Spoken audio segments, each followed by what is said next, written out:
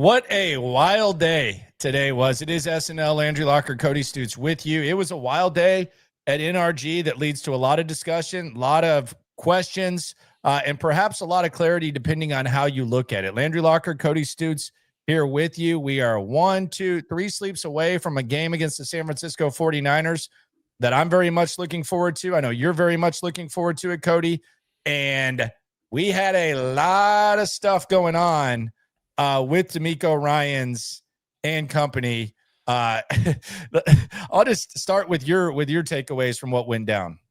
Well, they've done a really poor job of explaining what went wrong with Monday Night Football and why they lost that football game and why they came out of the bye week unprepared and why they made some of the choices and explanations for those choices. It's all been bad coming out of this matchup and out of this game. And it creates more questions than delivers answers.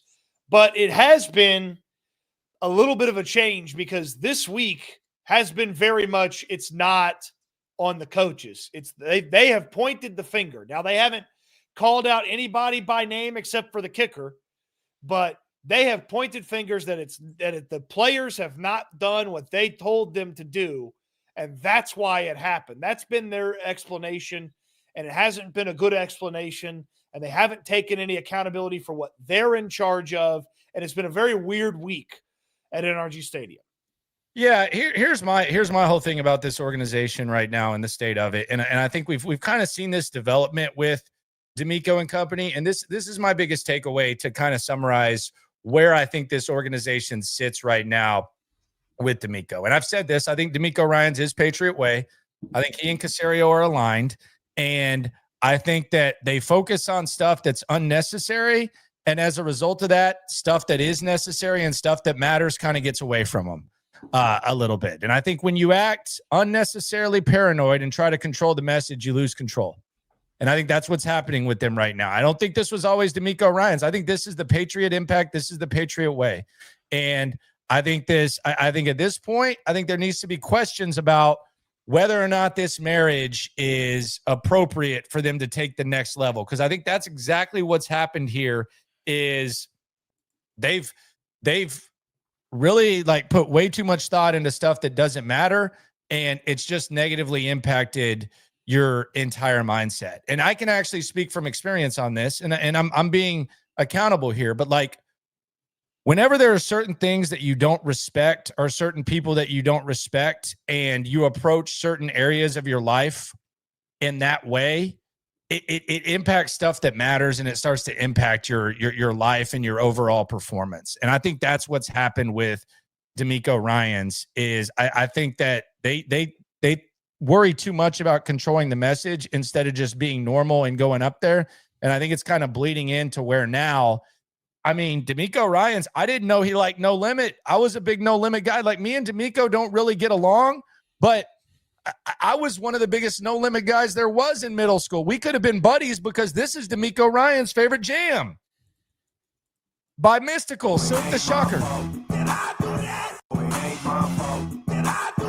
I mean, it's not his fault. And it's so sad that you're so paranoid about going up there and telling fans and telling media what's going on that you can't even state the obvious. Yeah, in hindsight, maybe we should have let Stingley press JSN a little bit more. That wasn't what we did. We still thought that the defense gave the team a chance to win. Obviously, if we could go back, we would like to do that. But he just completely comes out and says, well, the game plan was to put hands on him and blah, blah, blah. In other words, they are unnecessarily paranoid, and it's negatively impacting what they do. I think that's a problem, and it's something that they're going to have to figure out. Well, it'd be one thing if I, maybe had some level of belief that Derek Stingley didn't do what they told him to do, but that was never my belief. And I even asked Matt Burke about it today. I said, hey, DeMeco Ryans said this was the game plan. Don't you think if you pressed Derek Stingley at the line of scrimmage, you'd have got more out of it? And then he gave this big, long, circuitous route to basically say, well, we didn't do that. It's like, oh, okay, well, why? Because that would have been like a good defensive game plan. Like that would have been something that, you shut down their best receiver, make it more difficult on Sam Darnold. And like your defense has to be excellent every week because your offense stinks to high heaven. And it just made me think like, well, if this is going wrong on defense, where all the good players are, where all the money's invested, we know exactly why it's falling apart on offense. Like if they can't even get the good side of the football on the same page, they might be in different books on the offense. Forget the same page, different page. They might be in different books.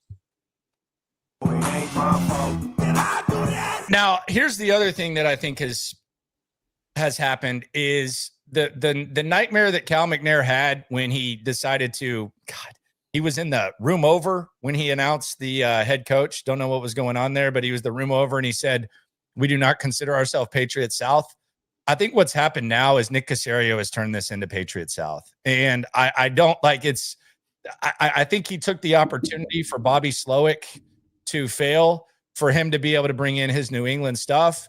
And then I think now all of a sudden, like it's become where him and D'Amico Ryans are the same guy. And I think I thought about this today before we came on. Like, I don't want to get too far ahead of myself. I still think this can be a playoff team, but I think your ceiling is minimized by the mindset and the philosophy they have right now as an organization. But the word that D'Amico Ryans has often used is evolve. I don't think D'Amico Ryans is a finished product. I think D'Amico Ryans can be saved. But I also think that the evolution of D'Amico Ryans might be just eliminating anything that has to do with New England Patriots at this point. I think that might be the opportunity for him. And I do think that, and Jonathan Alexander today kind of hammered the Texans in the Chronicle. Good for him, by the way. I know the Houston Chronicle doesn't use columnists. I think they're the only newspaper in the country that doesn't use columnists. And they also don't send Sam on the road either, so they penny pinch. But I am glad that Jonathan Alexander kind of wrote a column that is very much needed from the penny pinching Houston Chronicle and came out and said what he said about the Texans today and kind of called them out in Caserio's offseason, which was, let's be honest, it was a probably the worst offseason maybe in Texans history. Like, if you really think about it, like this was, when you look at the money that they wasted, it's up there. The opportunity that they had, it's up there as one of the worst off seasons in Texans history. And I thought it was a good job of Jonathan Alexander for calling him out in the Houston Chronicle. Yeah, you won't find many people, and ESPN today declared the Texans the worst offseason from this past offseason. You won't find many people that were thrilled about the offseason. These two guys right here on your screen included. All right. They went into the offseason with a clear goal. Get this offense headed in the right direction, because the direction it was headed was not acceptable. And they did not believe that they could go to the next level and where they wanted to go with that version of offense. And then they went and they transformed the offense, changed over the wide receivers in the wide receiver room, changed over the offensive linemen, added a little bit of a tweak to the coaching staff, got a new offensive coordinator, sunk a bunch of money over into D'Amico's side of the football, and it's not improved this football team, and they're a worse offense than when they ended last year, and they're headed in a direction where they're going to be in a bad spot as a football team if they don't figure something out real quick. Let's hear from Derek Stingley. Shout out to everyone in the chat. Special time today because there was so much going on at NRG. We'll hear from Nick Caley in a sec. We'll hear from Juice Scruggs. We got a lot to get to, so we're here with you, and we appreciate y'all for joining us. We want you to join us on Halloween too at Spanky's. It's gonna be fun. Next Friday we'll be at Spanky's. Man, it's gotten bigger and bigger. We want you there. Before you take your kids trick or treating, go to Spanky's. We'll see you there. If you don't have kids, we'll see you there. See you at Spanky's, Sharpstown. Can't wait to eat. I might already start looking at the menu and game planning. So Derek Stingley, we anticipated that Derek Stingley would shadow JSN. It was a thing that we were talking about all week last week. We're kind of looking forward to it. I think he was kind of looking forward to it because he's built like that. He's like that. There's a reason that he's one of the highest paid in the game and he's one of the best in the game. There's a reason that he busts his ass even when he's unhealthy to perform because he loves football so much. He's competitive. He loves it like that. So when you watch the game, you turn it on and you see that Derek Stingley is covering JSN like Jonathan Joseph used to cover guys when he'd been in the league 12 years. God bless him. It's kind of confusing. And then when you also look at the fact that Derek Stingley's not following around JSN as JSN's having his way with the defense, it makes you wonder. Now, D'Amico Ryans said, well, the game plan was to get hands on JSN, be physical, all this type of stuff. Common sense tells you we have access to tape. That's not what happened. They weren't pressing him. I've talked to you about it. I've talked to Seth Payne about it. I've talked to everybody about it. You can talk to anyone that's not Ray Charles or Stevie Wonder, and they can see that you damn sure weren't pressing. So I felt it was fair to ask Derek Stingley about this because I know he's like that. And the man of few words told us all we needed to know. And really, we didn't need to be told this. It's an insult to everyone's intelligence to even act like that wasn't the case. But Derek Stingley, he really just stated the obvious instead of going up there and being overly Patriot way paranoid. After seeing the tape in the Seattle game, what do you think went wrong against JSN?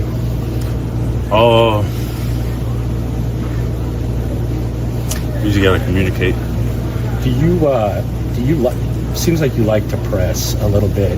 We asked D'Amico about it. He said the game plan was to get hands on him and all that, but didn't seem like there was a lot of pressing. Is that something that you like to do? I mean, I feel like any corner, likes to be at the line. But I'll never do nothing outside of what the play call is. So the play call tell me to be off and be off. And that includes shadowing as well? Includes everything. I can't go out there and do my own thing. So I've never done that. That's not who I am. Thank you. And we know what you're like, man. We know what you're about. We know what you're capable of. There was a time where D'Amico against the Browns, he came out and said, and it was very stubbornly, he said, when asked, why didn't Derek Stingley shadow Amari Cooper, who I think had like 230 yards or something like that? Mm-hmm. He said, that's not what we do. Yep. And I sat there and I said, oh, damn. D'Amico Ryans is hard-headed, system stubborn, and crap. That sucks. Well, in the playoff game, he followed around Amari Cooper, and he shut his ass down. Mm-hmm. And since then, we've seen a couple of instances where he's followed the guy around, and he shut his ass down.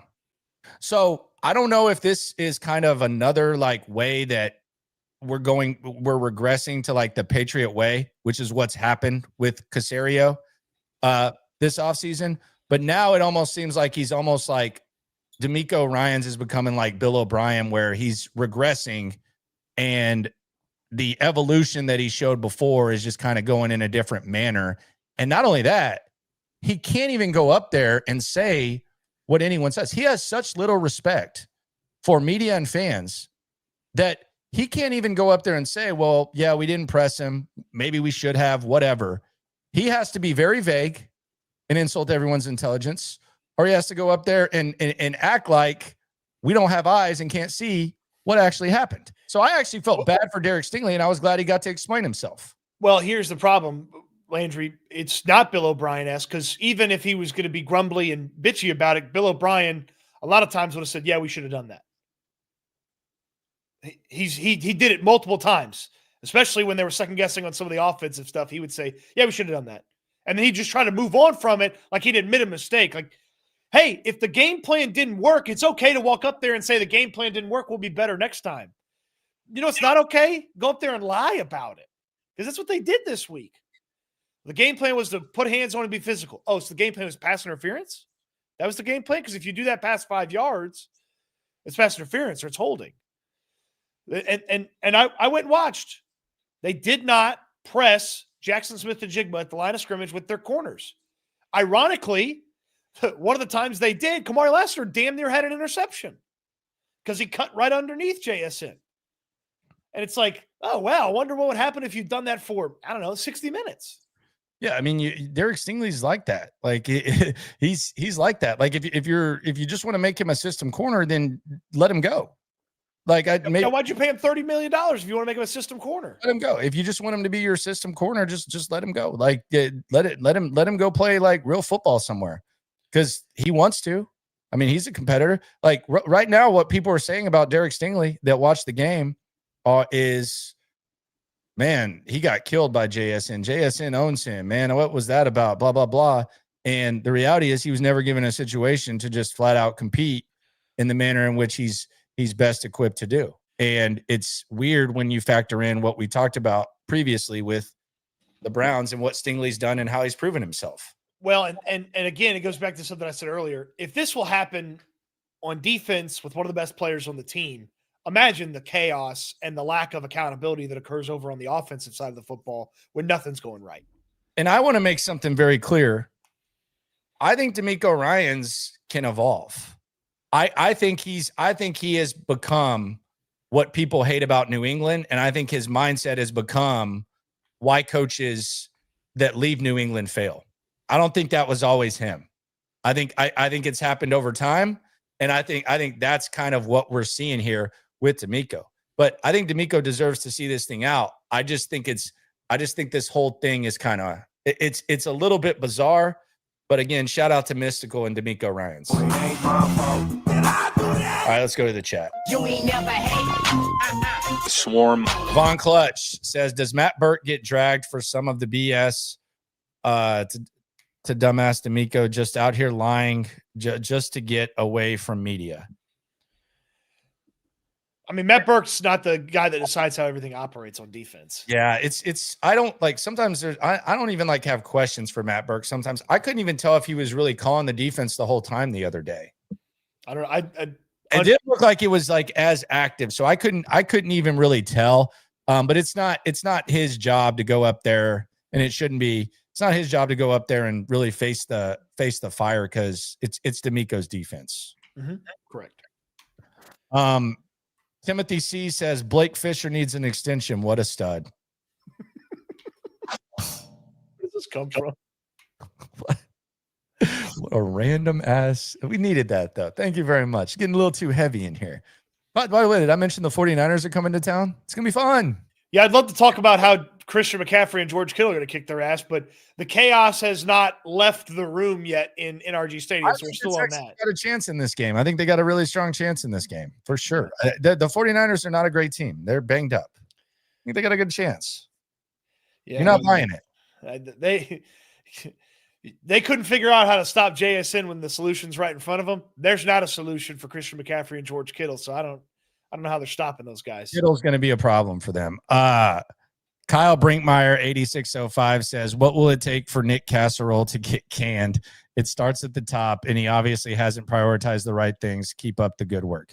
I think if they don't make the playoffs this year, I think they got to figure something out. Now, I do find it hilarious that Cal and Hannah gave him a random ass 2-year extension with that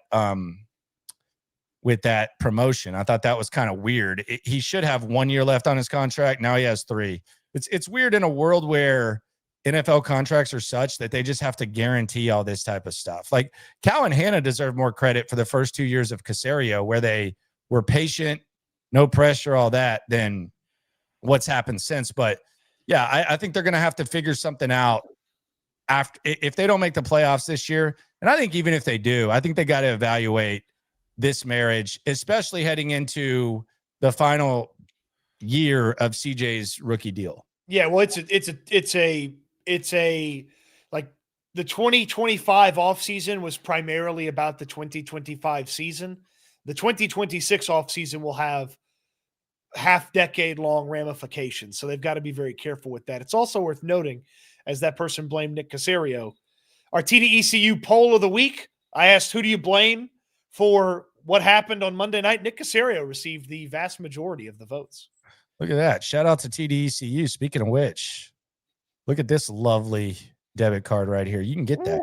Man, that's pretty right there. That actually makes you feel pretty good about the Texans. Not everything does right now, but that does. If you want to get that, go to tdcu.org/Texans. It's not, you not only get that pretty debit card, but you also get 15% off Texans gear with the TDECU Texans debit card. Membership required, insured by NCUA. Shout out to the greatness that is TDECU, sponsor of Reaction Monday and sponsor of SNL. Yeah, they do fantastic work over there. And Wags, one of our listeners, you just got to live in Texas to get the TDECU card. You don't have to be in Houston. You can see it right there. You can open your account right there online, tdecu.org/Texans. You can go, and he sent me a picture of his card, and he's like, wow, all these perks you talk about. There's so many. And I was like, yeah, I'm telling you, it's not just the 15% off of the team store. They got lots more for you at TDECU, so check them out. Check them out. Shout out to TDECU. The greatness that is. Back to the chat. You ain't never hate. Swarm. Timothy C says the Hopkins trade offseason was the worst by far. Yeah, I remember that. I remember exactly where I was. I was on the air. I don't think the idea to trade DeAndre Hopkins was terrible. I think the compensation was a bit of a problem. But yes, between that, Eric Murray, some of the other stuff they did, Randall Cobb. Yeah, it was a rough offseason for sure. Not drafting Jonathan Taylor. Why are you bringing that up? Chase says, if players weren't sticking to the game plan, why wasn't it addressed at halftime? Or is that still not allowed? Shout out to Bobby. I miss you. He misses Bobby Slowick. My goodness. Damn it, Bobby. Who is the quarterback in his picture? Who is 16? It's him, dude. Oh, it's him? Yeah, okay. I thought he had a Mertz. I was like, what are you doing already? It's Mertz. Was that an 18? Oh, man. Maybe he is a big Mertz guy. Mr. G. King says, I just hate seeing teams we were better than surpass us, i.e. Patriots, Colts, Broncos, Steelers, Cowboys, Panthers. Geez. If we lose to San Francisco, clean house. Well, they're not going to do that. I can tell you that right now, Mr. G. King. They're not going to clean house if they lose this football game. There might be a sacrificial lamb here or there, but the house cleaning is – I actually would put the chances of a full house clean at 0. Could they make a significant change in the offseason to somebody? Certainly, but I'd put the chances of a full house clean at 0 for the offseason. Yeah, the full house clean, that would be tough. Christopher. Thank you, Kevin, by the way. Christopher says, what's the Texans main office address? I just ordered 100 copies of Communication for Dummies. Oh, that's like a strongly worded letter on steroids from Christopher. Just like drop it in the lobby. And it's like, it just says to D'Amico, to Caley. Shout out to Kevin the Cat. How you doing, my friend? We'll hear from Nick Caley in a second. Why do they think we are stupid, dumb fans that don't watch football? Can I get a stupid sound effect for thinking we are stupid? Thanks. I don't know. Like, is there anything stupid? I don't know if I have anything really stupid. Try to come up with something for that, Mac Dad. Stupid. Hey, yo. Well, Sometimes that work. Gotta have something that's you got a whole soundboard in there. You got something that's stupid. Hey, bro, Alpha Aaron here. No, not that. Yeah, I don't know. I don't think I really have anything. We'll get something, Mac Dad, but that is like it is sort of one of those old, like, this isn't. And JJ got on this a couple weeks ago, JJ Watt, when he was talking about, like, oh, it's really hard to say this and do this when, like, you don't know what the assignment of the player is. And to an extent, sure, I agree with some of that. Not all of it. It's not a good blanket all statement. But, like, to say, like, the plan was get physical with him and put hands on him. And then they just didn't do that. Like, we saw it in the moment. We saw it when we go back and watch the game. And then the player tells us that's not what they told me to do. It's like, what are you accomplishing by saying that? Besides insulting everybody. Again, it's that Patriot way BS. All right. So let's hear from Frank Ross before we get into, and I was very disappointed in Frank today, man. This was a bad day for him. It was rough. So first, Cody's going to ask him a question. I'm going to ask him a question. But I wanted to know, I think Jalen Noel's good. I didn't know he was just a guy. Like, I thought they were perhaps like developing a guy who could be one of the best punt return guys in the league. I really did. Like, maybe I was wrong. Maybe eventually it can happen, but I thought he was on the right path. I didn't think Jalen Noel was just a guy. Like, I as much as we talk about the guard rotation, I think Juice Scruggs and Laken Tomlinson, for the most part, are just guys. I feel like Jalen Noel has potential to be very special at punt returner. Apparently Frank Ross doesn't agree. How did you arrive at the decision to go with Berrios at punt return instead of Knoll? I don't think there's a decision to go with anybody. I think every year you guys have asked me, hey, how do you feel about returners in training camp when the roster's at 90? We mix and match every returner that we have. Tremon, Damian, Jalen, Braxton, Christian Kirk, all those guys have taken reps for us. It doesn't matter of which game or what timing or who's available. I mean, Jalen was our starting kick returner last week.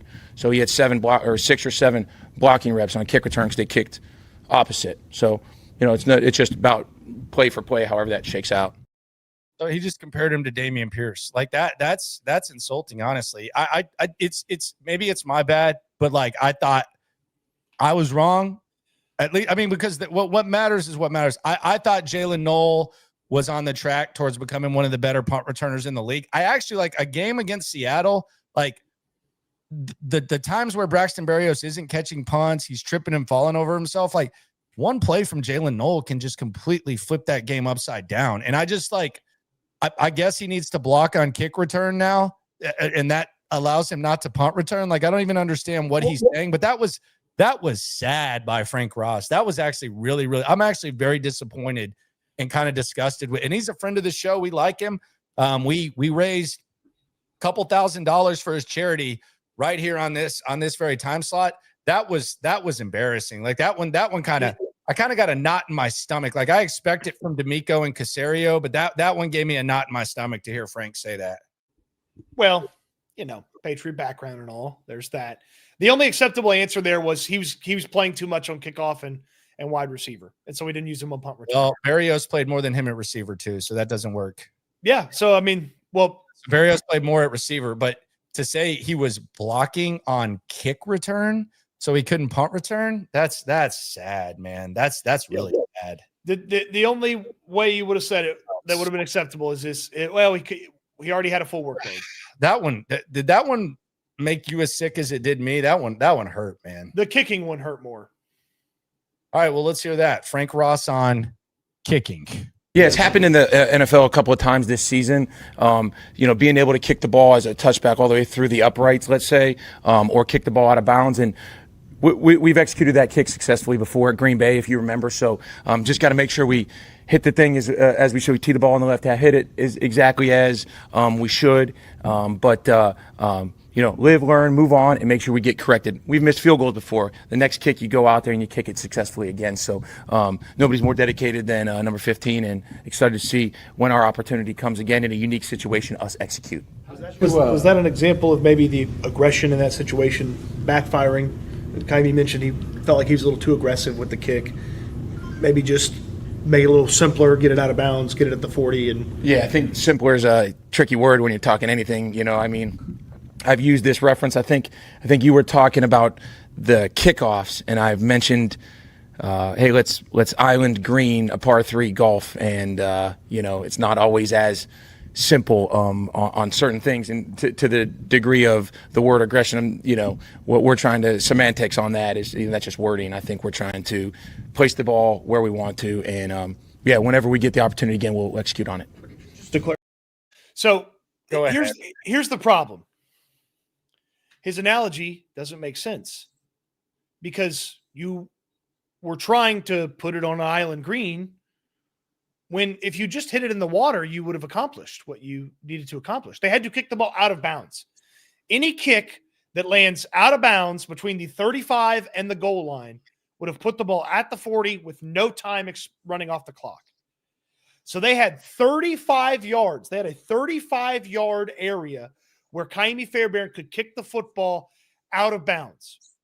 And then he was upset that I used the word, simple. Despite the approach they took being the most complicated one that they could have taken. Well, what did the head coach say the other day? I mean, and this goes back to not being on the same page. And this is why I like talking about and covering this team with you. And shout out to everyone here live on SNL. D'Amico said football's a simple game. D'Amico literally said, and that was like one of his tangents and rants is we try to make it so difficult, but Football is an extremely simple game. That was a quote. Football's a simple game. We told him to kick it out of bounds. And Kaimi Fairbairn is the one that used the word aggressive. So it's not semantics. That's what the kicker said.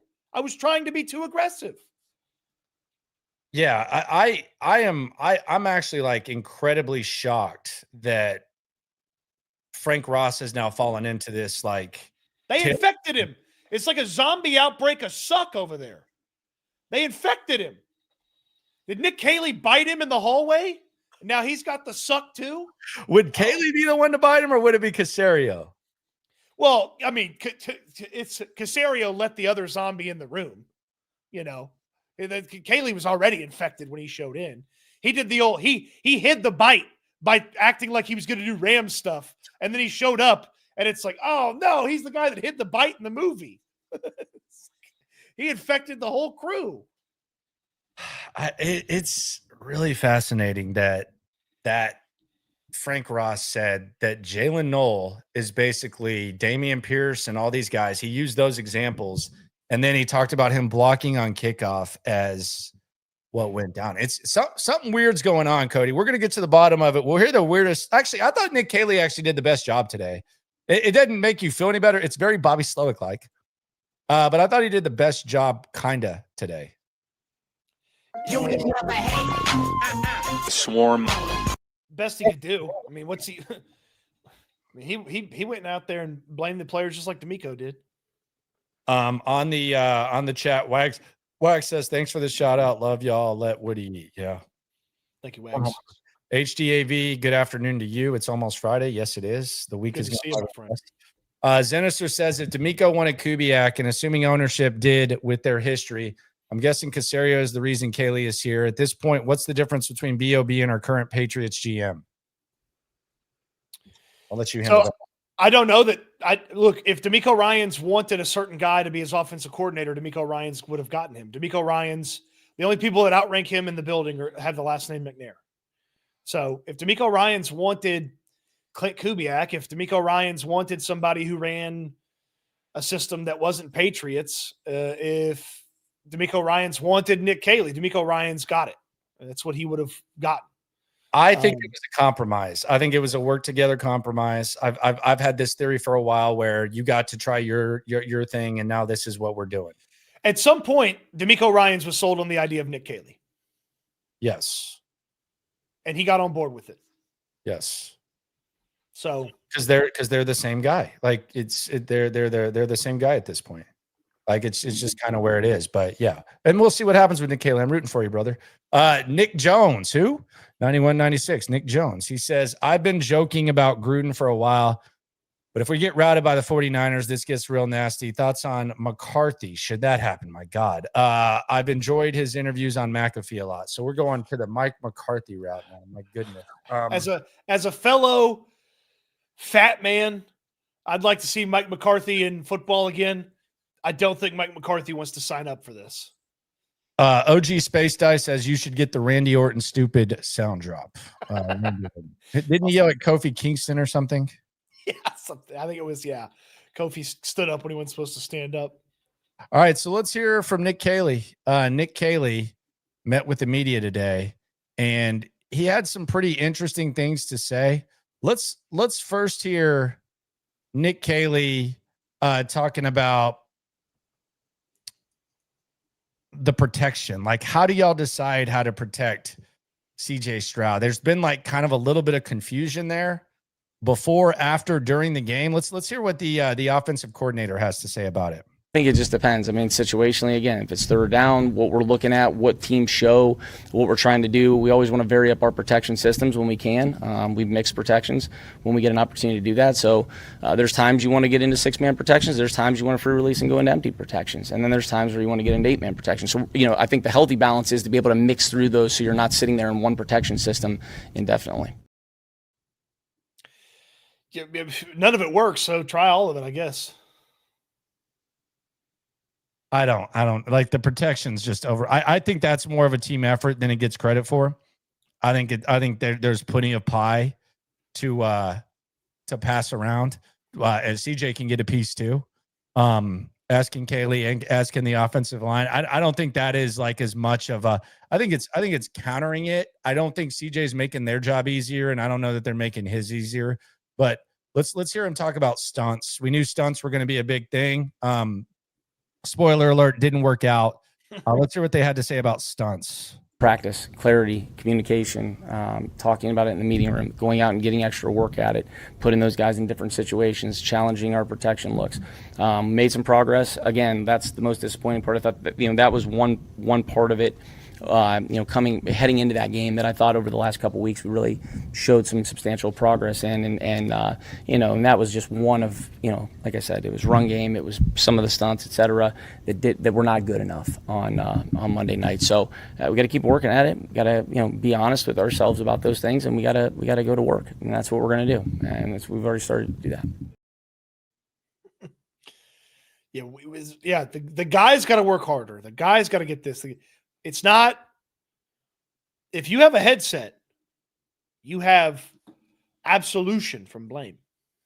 Yeah, I was talking about this with my dad. My dad was going on a rant. I think it's a good point. I've brought it up with Caley, where I've said, so how are you confident in your process if the results aren't good?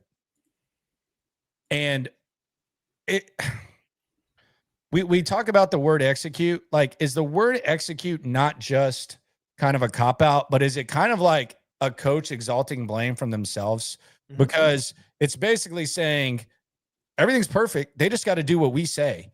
And it's like, does execution work like during the process during the week? Like, so that's kind of like the thing that I'm getting is it feels like the arrogance of this coaching staff and the arrogance of this organization is such now to where, yeah, the bottom line is you got to execute.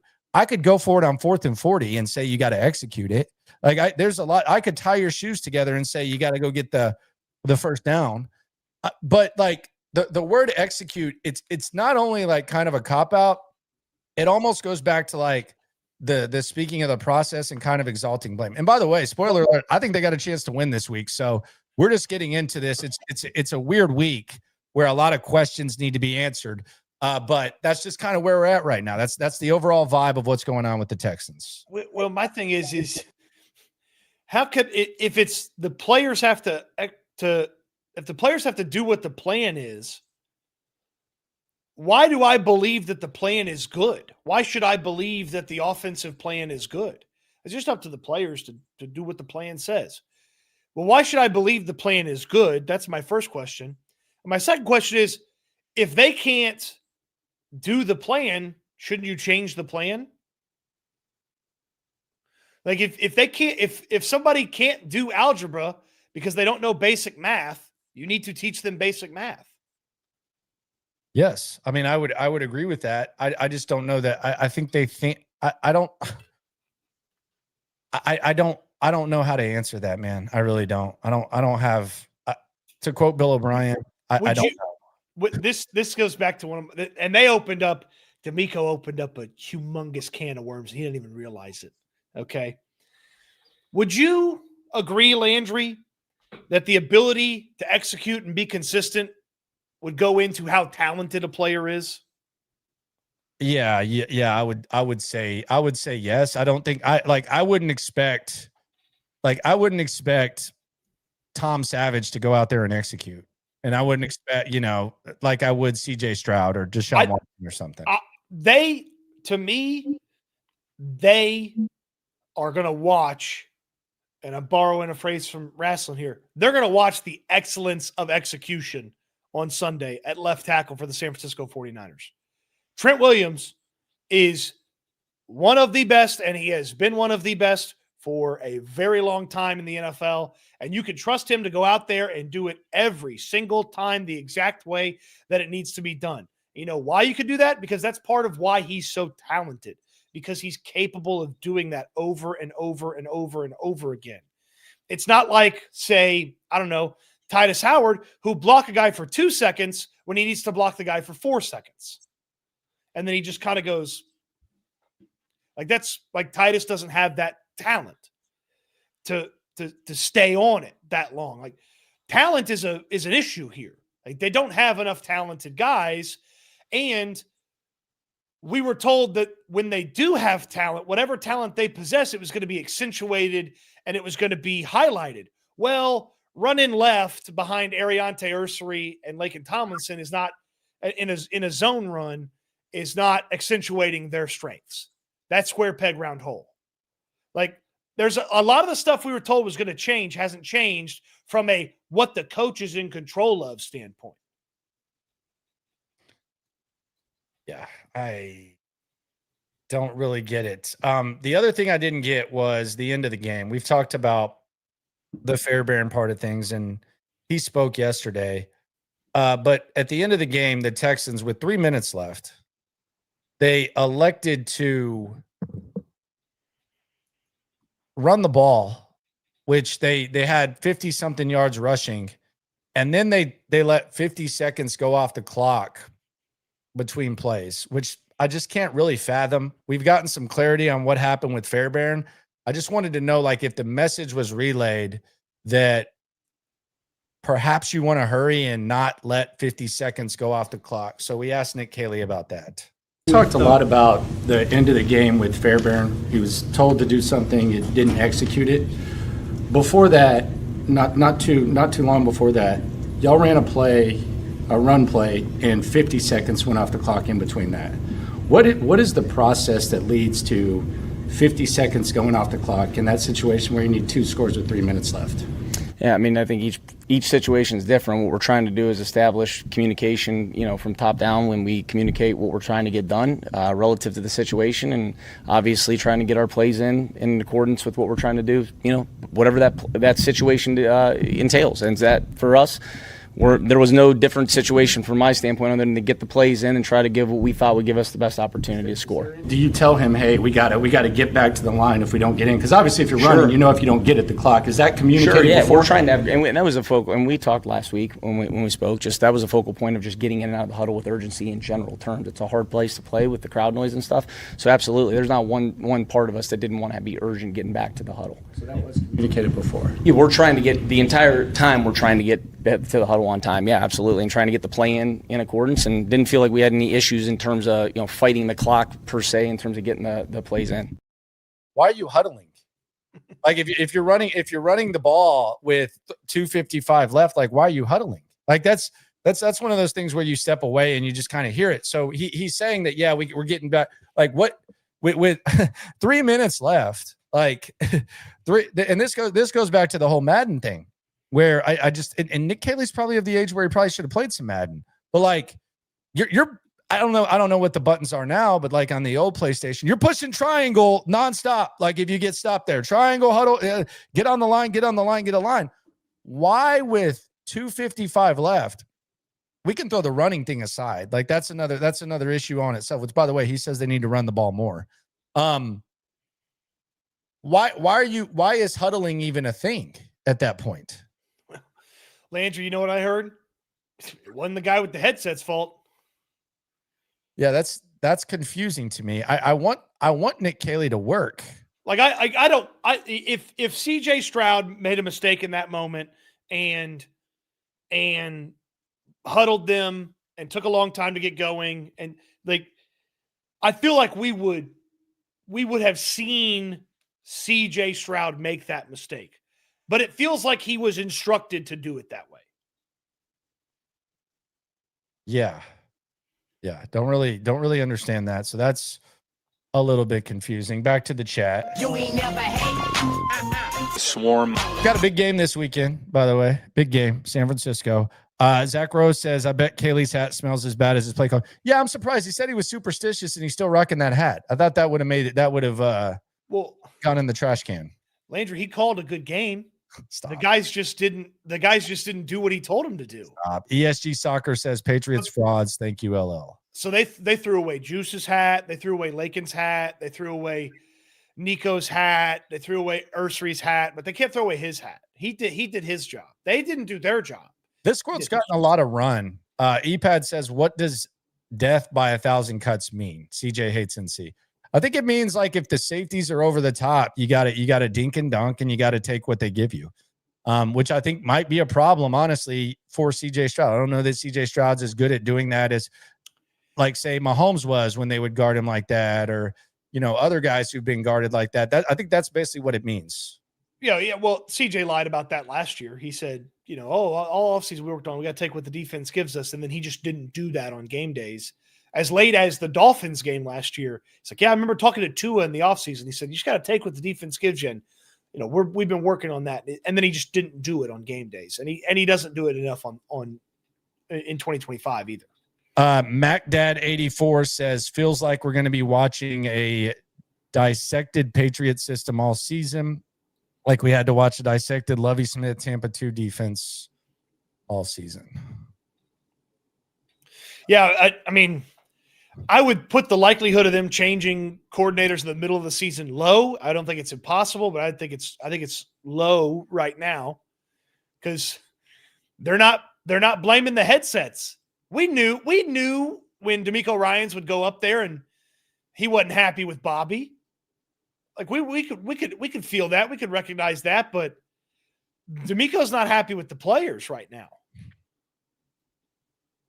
Kevin R 4172 says, what made them think they could run a 2-point conversion? Yeah, you wanted to kick the extra point and make it not chase points at that point, which might have made sense. If you miss, then that team that struggles to score points then has to score 2 touchdowns. If you kick the extra point, you at least have the option to kick a field goal at some point to tie the football game. Fact. You know what else is a fact? Texans Turf's the best. I know because I'm a customer. I was a customer before we even started doing business with them, and I love turf. I wanted turf. I would see people who had it. I would be envious, from the putting greens to the play areas. They didn't have mud being drug in. It always looked pretty. The drainage was perfect. No mud, anything like that. I wanted it. And then I got discouraged because I shopped around and I realized a lot of these companies, they half-ass. They're not professional. They don't get the job done, and they try to rip you off. That's not what Dan did. Dan recommended what fit my job. He did not try to sell me the most expensive thing. He helped me get what I needed for my job, and he's done it for a lot of people I know all around town in different areas. If you want a full soccer field in your backyard, he's got you. You want a full putt course, he's got you. If you just got a small yard like me and you just want that, he's got you. He's the best. TexansTurf.com. Always green, always clean. Dan is the best. I know this because I shopped for you. Check it out, TexansTurf.com, and do what I did. You will not regret it. Schedule that free estimate right there on TexansTurf.com. Dan the man. Shout out to Dan. All right, so Nick Caley was also asked about the left guard rotation. Now, we heard Laken Tomlinson yesterday. He was talking about how, he's going to do what they want him to do, which is cool. I have no problem with that. But let's hear what Nick Caley had to say about this left guard rotation. Get your popcorn ready. This is, I don't know who made this decision. We're going to find out when it was made, though, because your boys found out when the decision was made. This might actually have some people questioning it even more than they already do. But first, let's hear from good old Nick C. Nick. You walk us through what exactly is going on at left guard with the rotation between Laken Tomlinson. Sure. Yeah, both of those guys have at different times given us quality reps, and I think the balance between those two, there's been good moments. And is it all perfect? No, but it's not. It hasn't been perfect at every position either.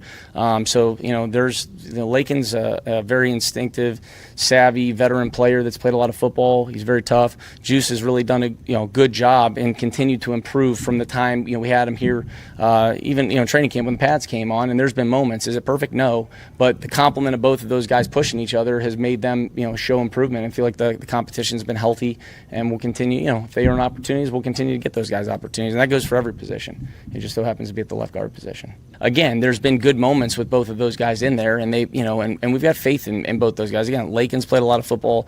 Juice obviously hasn't played quite as much, but he has shown improvement. And I think one of the ways that you get an opportunity to improve is by playing and having an opportunity. And they both, again, at times shown us good moments in there, and we'll assess that day by day and see at each game how it goes and the flow of the game. Would you be comfortable saying that the positives of rotating those guys at left guard outweigh the potential negatives of not creating Yeah. cohesion and Yeah, I think like, there is a balance, but these guys have, and if you look just back to training camp, right? These guys have played, like even Tay, look at left tackle, he's playing on the right side, he comes over to left. These guys have played around, and part of that process in training camp is getting guys some position flexibility to be able to move around. So it's not like it's completely foreign. These guys have played a lot of football together. They do in practice too, and you got to have the flexibility to do that as well. And so far, that's what we felt has been what's best for us, and that's why we've continued to do that. My God, this is just, I can't. They take a blowtorch to their own credibility anytime they talk about this offensive line. Yes. Like it is just, and we practiced it in training camp, so these guys are okay with the in-game rotation. Like, Yeah. and again, to kind of add to the disconnect that is in this building, D'Amico Ryans earlier this week talked about cohesion. Well, how do you get cohesion when you're rotating guards out?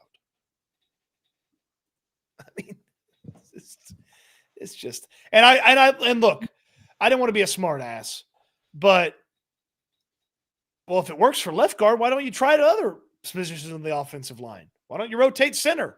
Why don't you rotate left tackle? Why don't you rotate right tackle?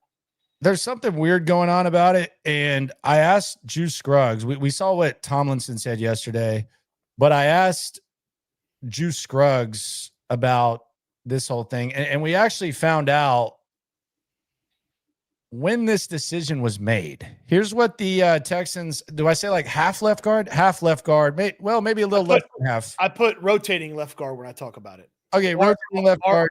RLG. Here's what rotating left guard Juice Scruggs had to say about it and when the decision was made. Just overall thoughts on the game in Seattle, what went wrong? A lot went wrong. Just offensively, we just got to execute better. We had chance after chance. They just didn't take advantage. Defense played the butts off, and there's only so much they can do. At the end of the day, we got to step up and be better on offense. What's it like? I mean, you played 100% and 80% of the snaps the week before, and then you're not getting the largest chunk of it. Like, when did you know that was what was going to go down? To be honest with you, probably Saturday. Pop told me, like, hey, we're going to rotate again, and Lane's going to start. And I'm ready for whatever. If that's what they want to do, that's what they want to do. And I just got to be ready when my number's called. Is it difficult to go in and out after doing what you did for the 2 weeks? I wouldn't say difficult. It's just, when you get in there, just do what you got to do, I got 100% belief in Link. When he goes in, he's going to do what he has to do. So whoever turn it is to go in, we just got to go in and ball out and help the team win. So you guys don't rotate in practice? Oh, yeah, we do. Yeah, Okay. yeah. How do you get better if you don't get the snaps in practice? Why are you telling him Saturday after practice is over? Don't know. It's interesting. It's an interesting approach. I've already we've asked about it at the highest level, and D'Amico Ryan said this is what makes them play better. Like we asked their offensive coordinator why they do it, and he gave a lot of flowery BS about it. We asked Laken Tomlinson, I do what's best for the team. We asked Juice, I take advantage of my chances when I go out there. They rotate again. I will request for us to talk to Cole Popovich next week so he can explain to us what the hell they're doing, as well as all the other issues. I want to be weird if they go back to it too, though, and it works. Want to be even just as weird. Like, it's kind of a weird situation all the way around. You ain't never hate. Swarm. Vigilante Williamson, do you re-sign CJ after another year like this? I don't know. I mean, I don't think you do it after this year. You figure it out. No, you don't. By the way, you do not have to give these guys the contracts after 3 years. It's your option. Yeah, it's kind of become a thing. Zinister says the real question is, are we going to trade CJ for a bag of chips or get the whole building from the Browns again? I don't think the Browns are trading for a quarterback. It's certainly an off-season discussion. If you don't want to pay him, then would you want to go a different direction? Trey Calhoun says, at this point, do we even want to win? I can't imagine our offense will get much better this season, barring a miracle. Too soon to say this, ? Well, just you definitely want to win. You definitely want to win. You definitely want to try to make the playoffs, and there's still a chance to do that. You have a playoff caliber defense. Yeah, you definitely want to still win. You have a playoff caliber defense, and if you just sucked a little less on offense, you have a chance to make the playoffs. Doyle Keister says, blah, blah, blah. I like soup. Now you've learned more from me than you did from Nick. Word salad, Caley. You better like soup living up in those minus 40-degree temperatures or whatever. Corey J says, I swear Caley was a car salesman some point in time. He has a BS answer for every question. It almost sounds good. The league is laughing at us. The league is definitely laughing at them right now offensively. There's no doubt about that. Christopher says, any chance the D starts to resent the O? I think naturally you would have to, right? Absolutely. Yeah, I mean, you're doing everything and then that goes down. I think naturally you would definitely have to do that, right? Yeah, Stingley got asked a couple of times about like where they are as a team and some stuff like that. And he's like, well, on defense, we got to do this. He's like, it wasn't that for the most part, it feels like the defensive guys for now have kept their eyes on their own paper.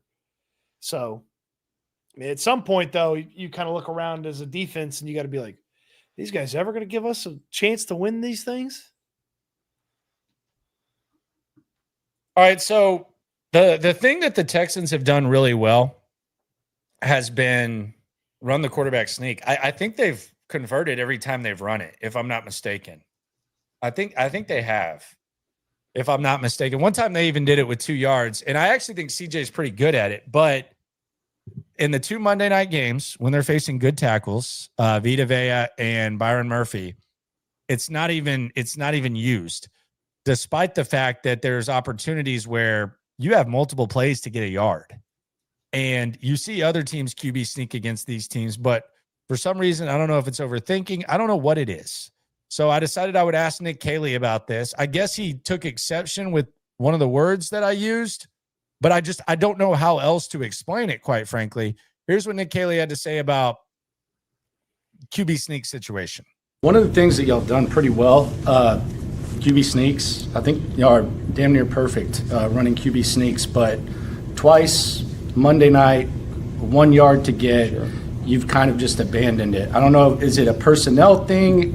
Why does it feel like there's, I don't know, I don't want to use the word fear, but the QB sneak works these games, but these games it's not even an option. Yeah, there's no fear when it comes to sneaking a ball. We had a plan, a short yardage plan, and we ran the plays that we felt would give us an opportunity based on structure of the defense, et cetera. We did not do a very good job across the board for multiple reasons from play to play. So, will we have an opportunity to sneak it? We've shown that we'll do that, but there's also other personnel groupings. There's also run types that we can attack based on front structures and teams week by week, however you see them. Not everybody's going to sit there in the same front structures from week to week to week. We had a plan. Yeah? That plan sucked. The shitty plan. I don't get it. But Landry, if the guys had just done what he said to do, they'd have scored. I don't really understand. It's very well, he took offense to the word fear, huh? It is what it is. Even though you said I don't want to say fear. It is what it is. But I mean, I did say fear. So I said I don't want to say, but I did say, so it happened. No fear. The old school t-shirts. Those were nice. Nick Caley on the back of his car. No fear. So on to the good news. The 49ers are a very beatable football team. And they are a team. I think there's a big coaching disadvantage with Robert Saleh versus Nick Caley. And I think Shanahan-D'Amico is a good matchup. I'm not going to completely dismiss the defensive mind of D'Amico. That would be foolish, quite frankly, to do. But I think Kyle Shanahan this year has done a better coaching job than D'Amico Ryans has.